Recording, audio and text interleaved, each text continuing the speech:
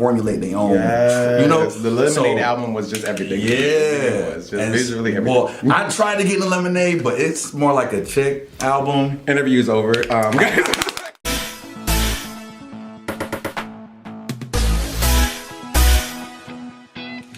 Hey, beautiful people, Success Mentor Dante J. Worth, and I'm back with another video right here on Audacious Believer TV. Woo! Now, if this is your first time tuning in, I need you to make sure you hit that subscribe button down below. Make sure that you like this video. And make sure that you're commenting down below. Me and my team absolutely love to read your comments. Now, tonight, we're being joined by the one, the only, the... Tell them who you are, sir. Who you are, dog. Adrian Hale. Woo! Adrian Hale of Rochester, New York. Now, we invited Adrian here tonight to talk about being a fearless leader. Now, before we talk about that, before we talk about that, we're gonna ask you the same question we ask every guest. What is your story? So pretty much I grew up in Rochester on the east side of the city, Conkey, First Street, Avenue D areas, went to city schools, went to the military afterward, did 2 deployments to Afghanistan, got out the Marine Corps, came back home with the MCC, graduated from there, went on to Yale and came back under the mentorship and support of our former Lieutenant Governor and Mayor and Police Chief Bob Duffy. Now I'm at the Chamber of Commerce trying to make Rochester just better, you know? That's awesome! He is making Rochester better every single day. Yeah, get your clap already. So he is right now currently working at the Chamber of Commerce, which is awesome, doing great things for the city of Rochester. That's right. So what does it feel like to be at that big table? Honestly, I think sometimes it can be frustrating, you know, because being young and being from the city, I have a perspective that's not shared a lot of times by the folks around the table. So it's usually me trying to advocate and enlighten people on how to make better decisions that could be more effective, you know? That's good, that's good. So you grew up on Avenue D, a part of Rochester that has its fair share of struggles. It's the hood, yo. Yeah, the hood. Okay, I didn't want to say it like that, but he said it, y'all. So it's the hood. So why do you think, what happened for you that changed your trajectory of accepting your environment as your circumstances? What changed that for you? Honestly, I believe in purpose. I think everybody has one, and ever since I was young, I kind of knew mine. I would say growing up and suffering, I found my direction, and I found just pretty much I discovered who I wanted to be, I guess you can say. So for me, it was recognizing I wanted to make life better, not just for me, not just for my family, but for everybody, because I had a lot of friends and family who was going through worse situations than me and mine. So. Nice. That's good. That's good. Other people in mind. That's good. So you didn't just live in the hood. You had other circumstances as well. You had a father who was incarcerated. You had a sister who had a baby. Now, all these situations, why didn't you give up?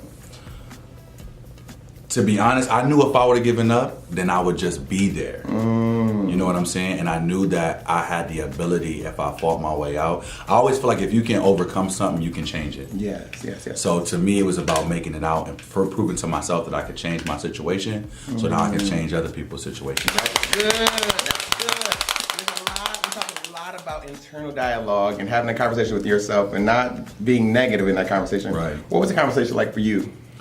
Internally, I would say that you discover a lot, right? So you recognize that there's a lot of learning you have to do, especially when you're not necessarily being groomed or mentored by people in your immediate circle on how to get from point A to point B.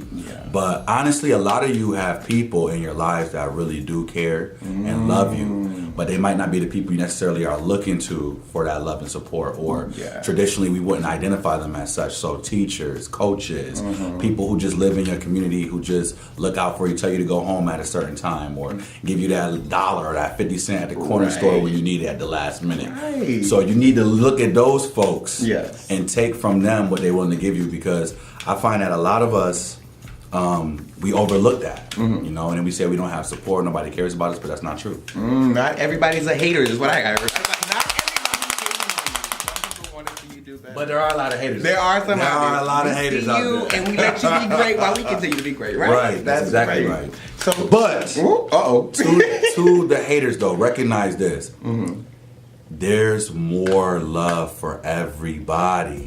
So just because I'm shining, you shining, doesn't mean you're not shining. That's good. There's more abundance everywhere. Just saying. That's good. So speaking of hate, I know that you recently posted a picture on social media of your partner you've been with for 6 years. Yeah, my fiance. Your fiance. So how you guys been? Has there ever been any time where you were afraid of being in that kind of relationship and being in the place of leadership? No, not really, because I would say as soon as I got home, so my discovery of myself kind of started on my second deployment. I mean, one thing I'll tell you about Afghanistan or Iraq or wherever people deploy, you get a lot of time to think. And so for me, I started to really question certain things and come to terms with certain things. So when I came home, I knew that's who I was. And so I never really intended to hide it, if that makes sense. So I remember the first gala I ever got invited to, it was an MCC Foundation gala called the Salute to Excellence. Nice. I had to speak, and he was right there with me. Nice. So, I mean, from the very beginning, I mean, that's just He who like, I become as 1 and 2. That's awesome. Right, so, yeah. That is awesome. So for you, when did you discover that being a part of the LGBT community, when did you figure out that I am who I am and I'm not going to let the society dictate who I am? Never discovered it, always knew it. I think we just wrestle with if we're gonna accept it or not. Okay. I think it's always a question of acceptance. I think there's always a fear of being othered, a fear of that other people are always going to be that gay leader, that gay speaker, that gay preacher, that gay. Have you ever felt othered? No. No. That's good. So for someone who's out there who's looking to you and they're looking at your story and they're saying, listen, he comes from my neighborhood. He went from the hood to the military to Yale to the Chamber of Commerce. Come on, Millie. How can I do that too? I would just say to them, you got to live your authentic truth, because one of the things I feel like, especially people of color, that we don't really understand the power of is respect. Yeah. And you don't gain respect by meeting somebody else's idea of who you're supposed to be. In fact, you give them your power when you do that. That's good. You gain respect when you walk in your truth and you embody it. And you give people no choice but to accept it. So I always say, you know, especially now in the days of Obama and Beyonce and Kendrick Lamar and J. Cole, Beyonce. like people I look up to, Yes. they remind me of the power of Black excellence. Yes. You know, and one thing about excellence is it's undeniable. So that's good. Yeah. That's good. So who inspires you? So I just named 4 people who inspire me. I would definitely say too, my mom. Nice. I would definitely say my mentor, Bob, you know, for being a fearless leader. If they ever write a book about me or make a movie on me, I think my discovery started the day that man said he wanted to take over the schools as mayor. Wow. That was the most aggressive and provocative, you know, show of leadership I had ever seen. But in that moment, it made me want to be that kind of leader. That's good. You know, so that's good. I would say that. Who else? Trying to think.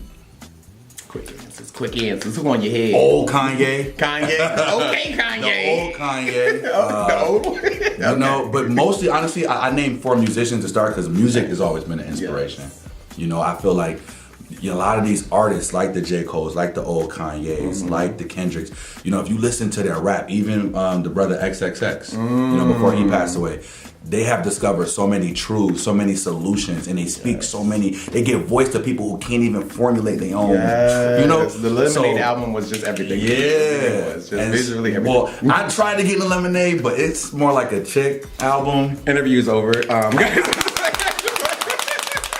But I will show love for the Beyonce album. Okay. I will show love for that. Okay. I will show love for the Sasha Fierce, very creative. Okay. But, you know, I love artists because, I mean, in another life, I want to be one. Nice. You know? You can't sing? Yeah. I wish. But now my baby can sing. Okay. Check out his page, No Idea, on I did see Instagram, Facebook. That boy can blow. Make sure you show him some love. Killing it. That is awesome. That is awesome. So we're talking about the fearless leader. What does it mean to be a fearless leader? Walking in your truth, knowing your purpose, and not altering it or modifying it for anybody. Now, don't get me wrong, you need more tools in your tool belt than just one, right? So it don't mean everywhere you show up, I keep it real, right? Like every room don't need you to keep it real. But make sure your message is always authentic and true. Make sure your objectives is always authentic and true. You know, the way you might communicate it, the way you might articulate it, the way you might express it might change. But make sure you're always staying true to who you are and what you want to accomplish with your life. That's a fearless leader to me. That's good. We oftentimes associate leadership with a title, a position. What is a leader? A leader is somebody, I feel, who sees something wrong and is compelled to do something about it. There's a quote that I love, I forget the author off the top of my head, but it says, evil flourishes when good men do nothing. And so to me, that's good. Leadership could be on the block if you're seeing somebody get picked on because they ain't got the newest J's or the newest Tims or the newest labels. A leader can be somebody in these rooms that we talked about a little earlier who, you know what? Forget this job, forget this salary, because if I don't stand up, how many other folks is going to lose out on what they have the potential to become, right? A leader is somebody who steps up. That's good. You know? What scares me? Not fulfilling my purpose. That is my biggest fear. That's good. That's good. My biggest fear. You don't want to have to wake up and say, I wish I would have did that. I could have did that. Should have, would have. Wish I would have said this, or I wish I... Nah, that's my biggest fear. You know, so people get in a fight, and then like 10 minutes later, like, I should have said this in a fight. Like, I should have brought this up. Right. That's good. So are you ready for rapid fire questions? Sure, shoot. Woo! Favorite book? Yeah. I would say my favorite book is... Rapid fire. You thinking too hard. Frederick Douglass' biography. That's good. This is the year Frederick Douglass into the Rochester. That's good. Right. Freddie D. Favorite 90s song? Janet Jackson, Got Till It's Gone. How do you define suffering?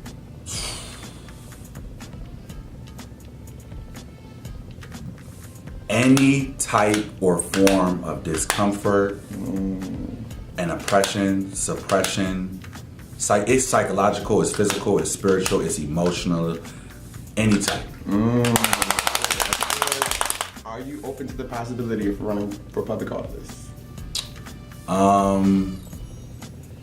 You know, I get this question all the time. In different variations, I'm sure. Yeah, in different variations. You know what? I would say I'm ready to be whatever my city needs me to be. Do you feel as though public office is the best and most effective way of getting things done?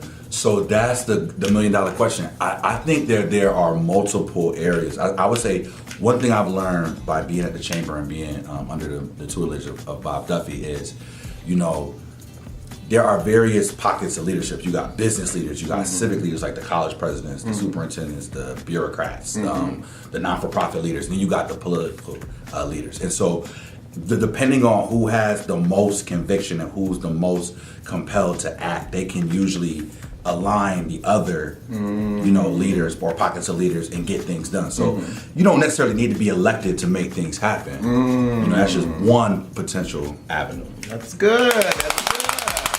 And finish this sentence: to be audacious means to be The man. Woo!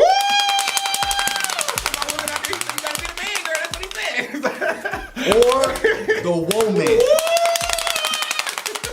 I love it. So tell people how they can find you online, how they can support you. Find me on Adrian Hale on Facebook, at Adrian Hale ROC on Twitter, and I'm also Adrian Hale on LinkedIn. Yeah. Go to the Greater Rochester Chamber of Commerce website. My information is there, and all my other colleagues' information is there. If you're thinking about starting a business or workforce or anything of that nature, education work, come holla at me.